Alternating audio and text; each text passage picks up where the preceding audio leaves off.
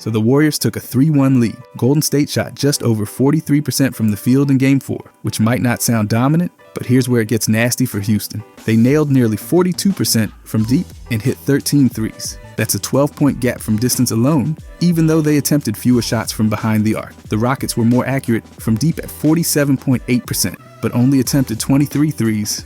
It's hard to keep up when you're that stingy shooting from beyond. Then there's the free throws. Golden State went 26 for 31 from the line, converting over 83% of their attempts. Houston, 19 of 31. That's 12 missed free throws. They handed the Warriors a free dozen. That difference alone basically tells you the story of the scoreboard, with the final tally sitting at 109 to 106. Jimmy Butler didn't miss a single free throw, 12 for 12, cold-blooded. In crunch time, Golden State was the more composed team. They scored a ridiculous 1.32 points per possession in the final 5 minutes. That's absurdly efficient under pressure. Butler put up 14 points in the fourth quarter alone. And I don't know what's more brutal, the Rockets letting him do that or the fact that they still had no answer. Now let's look at Houston's pile of missed opportunities. 16 turnovers. That's 21 points gifted to the Warriors. They might as well have tied ribbons around them. Jalen Green coughed it up 5 times in only 24 minutes. That's not just inefficient, it's destructive. Yes, Houston outscored the Warriors 34 to 52 in the paint. Cool,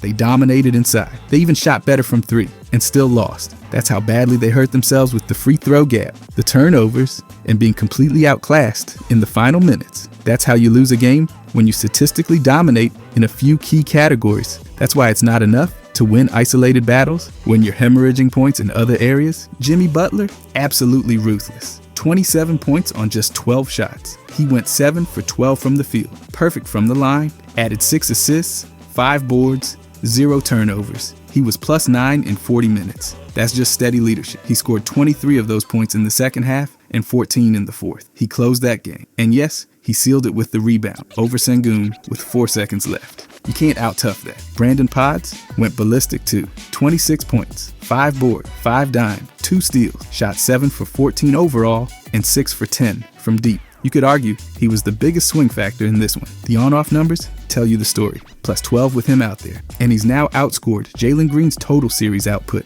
across games 1, 3, and 4. Green's got 24 in those games. Podds dropped 26 in just this one. By the way, if you guys enjoy these deep dives, I'll be posting every day during this playoffs. I genuinely appreciate if you could subscribe. Thanks. Anyways, the Warriors. Draymond Green, he scored 6, grabbed 8 boards, and had 2 assists. Not a wild stat line, but in the final 3 minutes, he held Sengun to 0 for 3 from the floor. That includes a game-saving stop. Also, he played nearly 8 minutes with 5 fouls and still limited Houston to less than 1 point per possession during that stint. That's straight-up discipline and defensive IQ. Houston couldn't manufacture anything against him late. Sengun did have a monster line. 31 points on 13 for 20 shooting, 10 boards, 5 assists. But once Draymond clamped down in the clutch, he vanished. Sengun went just 1 for 4 down the stretch when matched up with Draymond. And Fred VanVleet, 25 points on 8 for 12 from deep. Sounds great, until you realize he missed both of his shots in the last 2 minutes.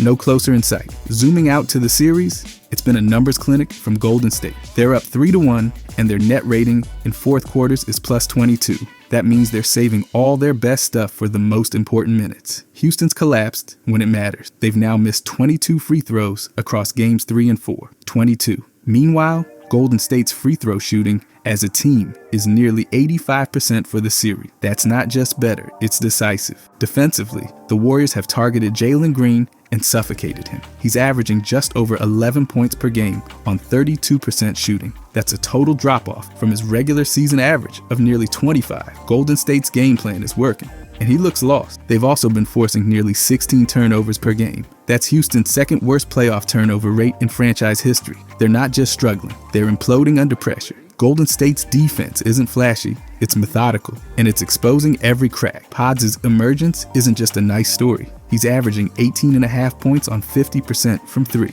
Buddy Hield's been good too, at 13 points per game. Together, they've helped outscore the Rockets bench by more than 8 points per game. That's depth. And with Steph Curry dragging in 2.3 times the usual number of double teams, that space opens up for these guys to torch from outside. Even Curry, who had just 17 points in Game 4, is changing the game without scoring. His gravity warps everything. When defenders cling to him, Podds and Hield get daylight. When they collapse, Butler eats at the line. Meanwhile, Sengun's been getting cooked on switches when he gets stuck on Curry or Golden State scores over 1.12 points per possession. That's easy money. And Dillon Brooks, 2 technicals in 4 games, fouling at a ridiculous rate of over 6 fouls per 36 minutes. His antics aren't edgy. They're just counterproductive. Golden State's been hammering every weak spot. They've out-executed, outshot, and outlasted Houston. Butler's been a two-way beast. Pods has been a breakout star. Draymond's been a defense stabilizer. The free throw line, the turnover differential, and the clutch time efficiency, those are the arenas where this series is being decided. And the Warriors have won all of every single time. But if the Warriors are going to win it all, it comes down to a few players. And of course, first, Steph Curry. Steph Curry's impact on this team goes so far beyond what pops on the scoreboard. If they want to win the championship this year, they'll need him to sharpen everything. Not just scoring, but the stuff that breaks defenses down over 48 exhausting minutes. Right now, they're up 3-1 in the series, but this is the part of the journey where greatness has to become surgical. No slips, no slow starts, no vanishing acts late. Let's talk scoring first. Curry has to walk a tightrope here, maintain a scoring average north of 25 points per game while keeping his true shooting percentage above 60%. That's not just a high bar, it's Mount Everest in sneakers. In the regular season matchups with Houston, he only averaged a little over 16 points on barely above 50% true shooting. That's not going to cut it in the next rounds. He bounced back with 36 in Game 3, and that's closer to what they'll need. But it's not just the points. It's when, how, and what they do to the defense. Curry's three-point gravity is unmatched. Even when he's shooting 38% in the playoffs, defenders are still glued to him. Why? Because the fear of the pull-up three is still dictating matchups and rotations. That kind of attention has ripple effects. Opposing defenses can't help off him without paying for it, and that opens lanes for cutters, rollers, and shooters on the weak side. Even when he's not taking the shot, he's forcing everyone to tilt. That's why his shooting percentage from deep, while solid, needs to climb. If he's closer to 43% from 3, the court opens up in terrifying ways. Teams start trapping him 40 feet from the basket. They blitz screen, and that's when the Warriors carve you up with ball movement. If Curry starts drawing extra attention again like he did in the title runs, then even guys like Hield and Kuminga get free lanes and clean looks. Fourth quarter efficiency is another pressure point. Curry's net rating in final quarters of these playoffs is plus 12.3. That's elite. That's closer status. But in Game 4, he deferred more in the closing minutes. That worked because Butler took over. But that formula only works if Butler keeps torching teams late. At some point, someone's going to game plan Butler into tougher shots. That's when Curry needs to snap back into closer mode. When the lights are bright, Golden State's identity has to include Curry's shot making. Now shift to the playmaking. 5.3 assists to 2 turnovers per game sounds fine,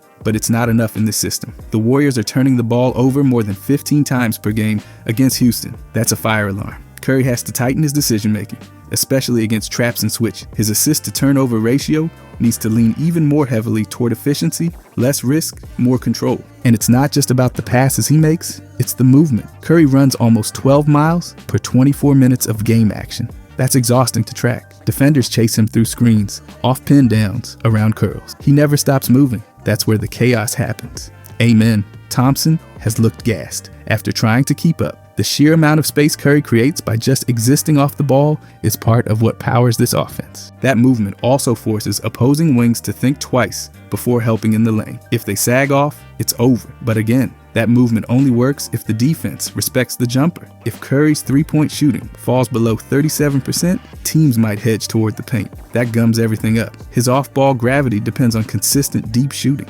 Let's get into the defense now. Because no, Curry's not an elite defender, but he doesn't have to be. What he's doing right now is disruptive. 1.2 steals per game in the playoffs isn't jaw-dropping, but it's disruptive enough to throw off rhythm. Fred VanVleet has shot just over 22% when matched against Curry. That's a nightmare. And Curry's ability to hold up when switched onto guards like Jalen Green has been better than expected. He's not getting cooked. He's competing, getting low, using angles, and fighting through screens. That's all they need from him. Solid resistance, not spectacular rim protection. His rebounding matters more than people realize. 4.5 rebounds per game is crucial on a team that ranks at the bottom in rebound rate. Golden State's grabbing less than 45% of available rebounds in the series. That's not good. So when Curry crashes in to help, especially when Sengun's on the floor snatching double-digit boards, that's not just extra hustle.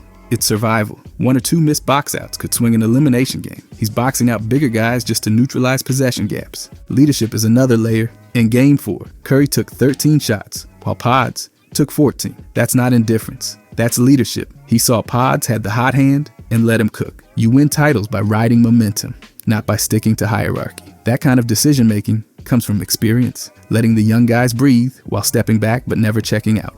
That's the line he's walking. He's also mentoring the next wave. Pods dropping 26 points in Game 4 isn't happening in a vacuum. He's absorbing confidence and rhythm from sharing the floor with Curry. Same goes for Kuminga, who's been putting up over 21 points per game against Houston during the regular season. Curry's presence accelerates their growth. He's the gravity on and off the floor. Now here's the part no one likes to talk about: durability. He's 37 years old. He's playing over 34 minutes per game. The Warriors cannot ask for 40-minute nights from him in every round. That's why Buddy Hield's plus 17 in Game 4 was so important. They're using the depth to save Curry's legs. They have to. Otherwise, one tweaked ankle and the whole house of cards collapses. Look at Jimmy Butler. He took a shot to the hip in Game 2. That's the kind of physical toll you're trying to avoid with Curry.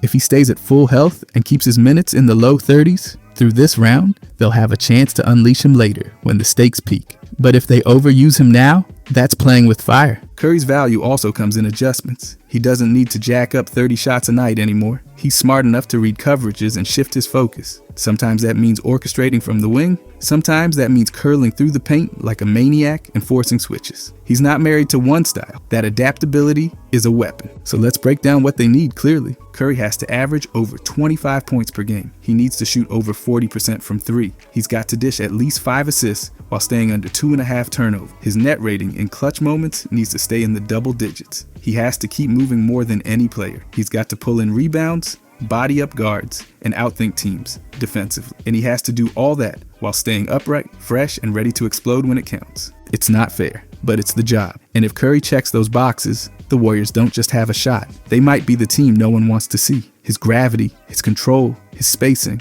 and his leadership unlock everything. Draymond can still hold the line defensively. Butler can carry the scoring load when needed. The young guys are peaking at the right time, but it's still Curry's engine that keeps this whole thing moving. If he holds up, if he plays smart, and if he lets the game come to him while staying deadly, then yeah, this team's got another parade in them. But every step starts with him doing all of it without blinking. No slow starts, no disappearing acts, just cold, technical execution. That's what it'll take. Every game, every round, every time. But after that, Jimmy Butler is almost equally as important.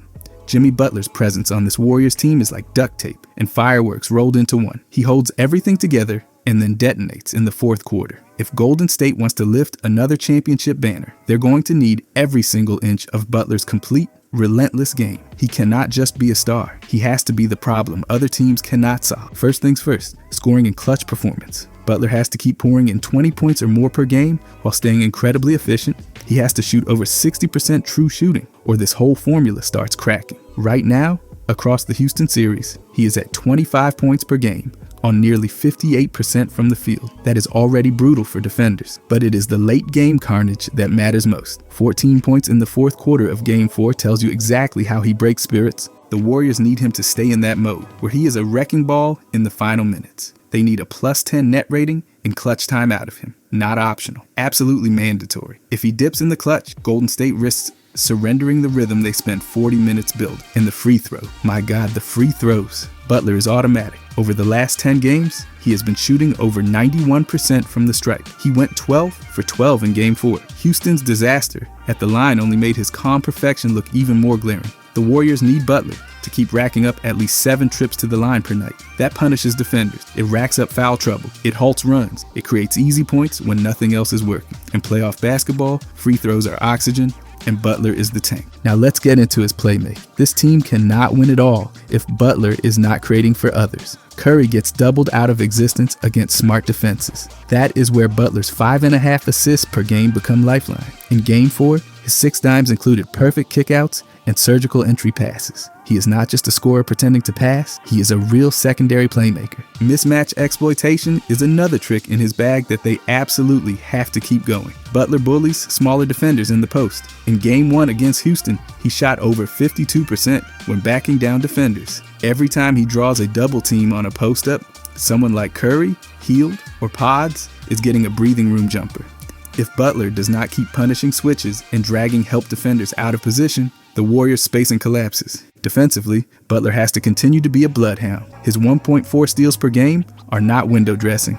They are game changers. He held Jalen Green to 3-4, 15 shooting in Game 1. He has been a nightmare for Fred VanVleet too, holding him to a laughable 22.2% from the field across the series. The Warriors need him to be the primary wing stopper every night. If he can make life miserable for opposing stars, Curry can afford to coast defensively, saving energy for offense and rebound. Butler's rebounding cannot be an afterthought. The Warriors have been getting owned on the glass all season. Their rebound rate against Houston is a putrid 44.5%. They are basically punting possessions if Butler is not crashing the boards. He grabbed 7 rebounds in Game 1. He snatched the game-sealing rebound over Sengun in Game 4. Those are not bonus plays. Those are the plays that win playoff games. Leadership is the gas in the tank. Butler's playoff Jimmy switch cannot flicker off for even a quarter. Against Memphis in the play-in, he dropped 38 points and completely outwilled everyone on the court. That is the exact psychotic focus the Warriors need from him.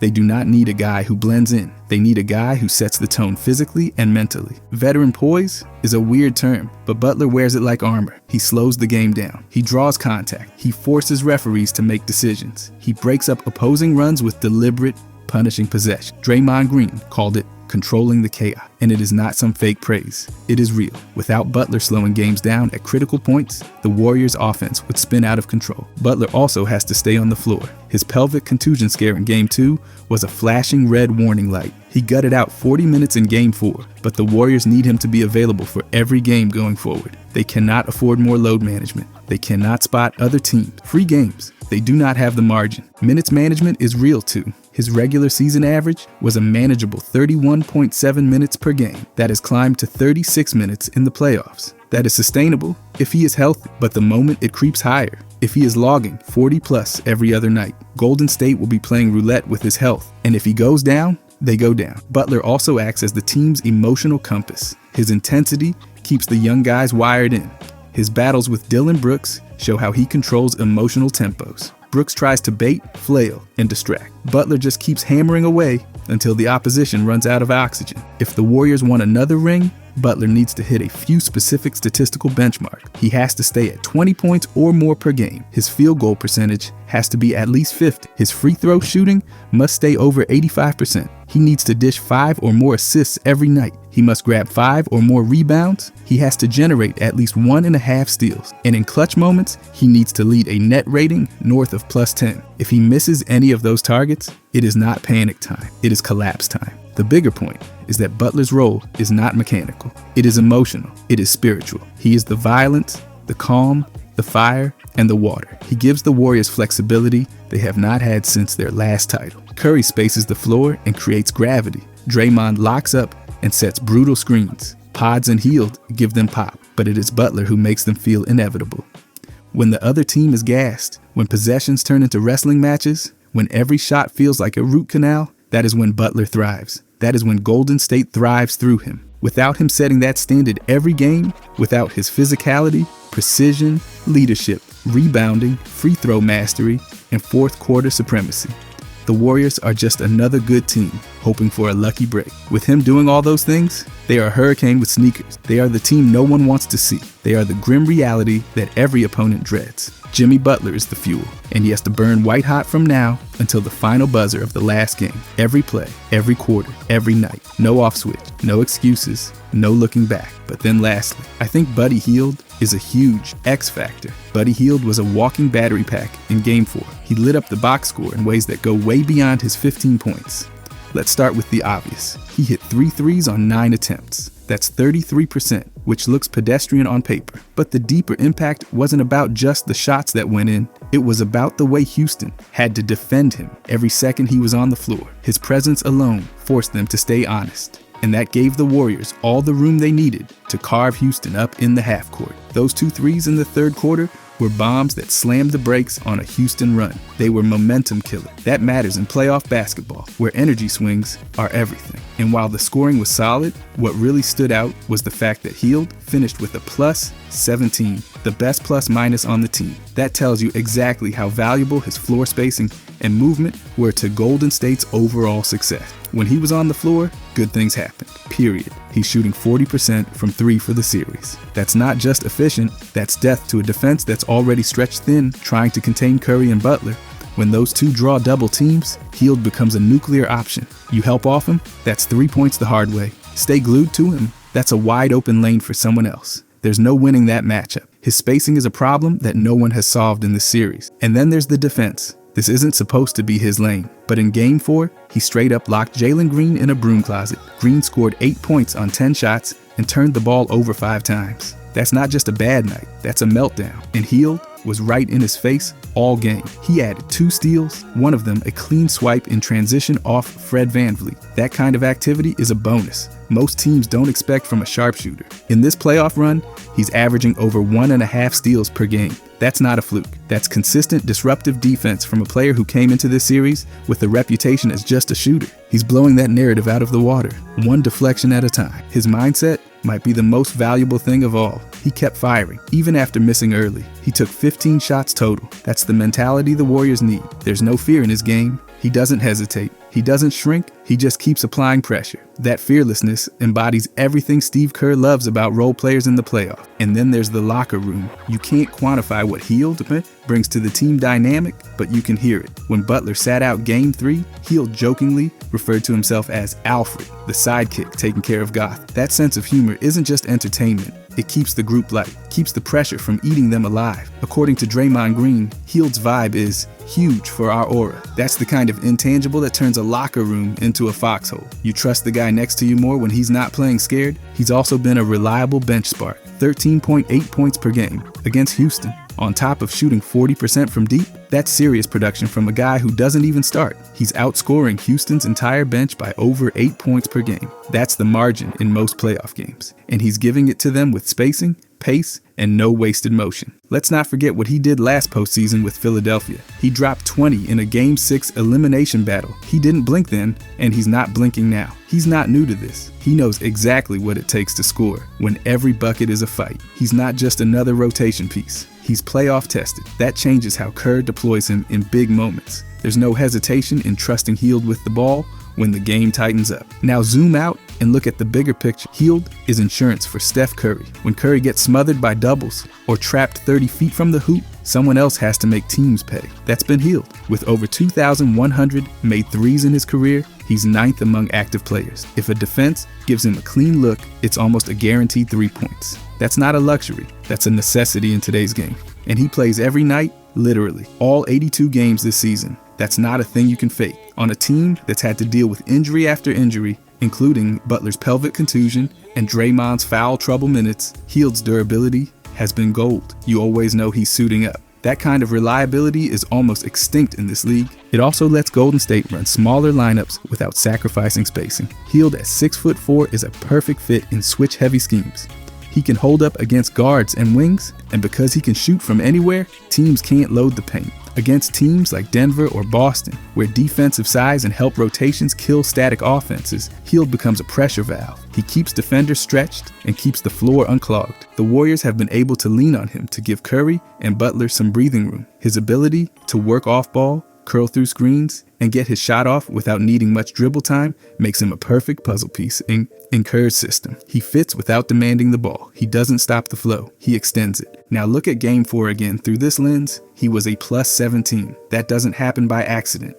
That's what happens when a guy is in the right spot, making the right reads, hitting timely shots, and applying just enough defense to flip possessions. That's the kind of X-factor stuff that wins titles. There are players who give you flashy stats, and there are players who impact winning. Hield's doing both right now. The Warriors can't afford for him to cool off. If he keeps scoring at this pace, over 13 per game, and keeps shooting near 40% from deep, he turns Golden State's offense into a math problem opponents can't solve. And if he keeps picking pockets and turning defense into offense, he's no longer a role player. He's a weapon. Draymond said it best. He's the type of guy who swings playoff games. That's not exaggeration. That's the truth. His Game 4 performance was the clearest evidence of that yet. It wasn't flashy. It wasn't headline grabbing, but it tilted the balance. It forced Houston to make hard choices. It freed up everyone else to go to work. If Hield maintains this level, if he stays healthy, aggressive, disruptive, and fearless, then the Warriors have a real shot to win this whole thing. He doesn't need to score 20 every night. He just needs to keep making every minute count. If he does that, the championship odds do not just improve, they explode. So now, with everything stacked in front of them, the Warriors have the ingredients for something special, but nothing is guaranteed. Every great team at this stage knows one truth: the job's not done, and the hardest part is still ahead. Golden State has the stars, the depth, the discipline, and the fight, but finishing the mission means each piece has to keep pushing their limits without hesitation. There's no coasting from here, no relying on past success to carry the weight of the present. It all starts with Steph Curry. The Warriors will go as far as he's willing to carry them, both with his production and with his presence. His shooting warps the court and bends defenses into uncomfortable shapes, but it's his mind that really changes games. Curry's pacing, his willingness to pick his spots, to know when to attack and when to facilitate, is going to be the steering wheel for the rest of this playoff run. And it is not just about putting up big numbers. It is about the subtle plays, the cuts, the relocations, the hard box outs against bigger players, the possessions he saves by diving on loose balls when no one else wants to. That is where championships are won. Not just with the jaw-dropping shots, but with the endless details nobody but the team notices in the heat of battle. And it is not like Curry can do it alone, because Jimmy Butler has stitched himself into the fabric of this team's survival. He's the one who makes the game ugly when it needs to be ugly. He's the one who drags opponents through mud when finesse is failing. Butler's importance goes beyond scoring. It is about setting the emotional thermostat for the whole roster. His presence is like a dare, daring the opponent to keep up with his physicality, his anger, his refusal to crack under pressure. Butler has become the kind of weapon who punishes you over time. Not just with buckets, but with the kind of mental attrition that causes teams to slowly fall apart. When he's controlling the fourth quarter, when he's setting the tone with physical defense and fearless drives, there's a visible shift in momentum. The Warriors look taller, tougher, sharper. They look inevitable. And then there's Buddy Hield, the wild card nobody outside the locker room talks about enough. The guy who stays ready, who fires without a conscience, who knows exactly what his job is and never blinks. Hield's value is in his willingness to stretch the floor until it rips at the seams. His presence alone opens up options that would not exist without him. Backup ball movement when Curry's trapped, emergency spacing when Butler draws extra defenders, secondary scoring when the offense bogs down. It is the small things, the subtle shifts that make his role so critical. Every time he hits a timely shot, every time he keeps the defense honest, just by running his route hard off a screen, he's swinging the odds a little more in Golden State's favor. All of this is interconnected. Curry's movement fuels Butler's post-ups. Butler's physicality buys Hield the extra half second he needs to get off a clean look. Hield's shooting makes it harder for defenses to collapse on Curry. It is a living machine, and every cog matters. If any one of these guys slips, if Curry gets passive, if Butler stops attacking, if Hield loses confidence, the margins are too thin to survive it against the best teams they still have to face. The truth is, the Warriors are not trying to win games anymore. They're trying to win possessions. They're trying to win 3-minute stretches, 6-minute battles, gut check moments where execution beats talent. And that's why having Curry, Butler, and Hield all firing in different but complementary ways is what turns Golden State from a good story into a terrifying reality.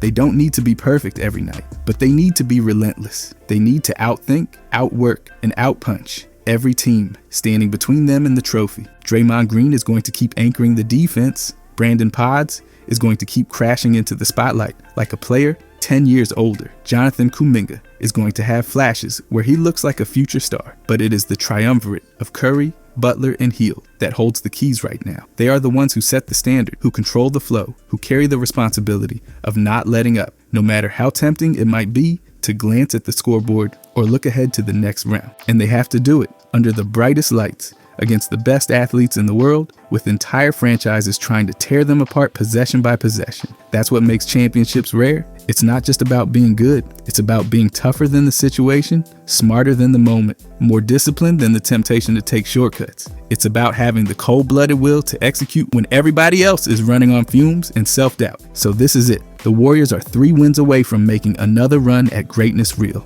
And if they do it, it will be because Curry never stopped moving, Butler never stopped hitting, and Hield never stopped firing. It will be because they played smarter, harder, and faster when it mattered most. it will be because they never gave in to the easy way out. That's the road. That's the challenge. And if they keep walking it the way they have so far, they're not just going to survive this postseason. They're going to own it every single beautiful step of the way. If you guys enjoyed this, I'll be posting every day during this playoff. I genuinely appreciate if you could subscribe. Thanks for watching.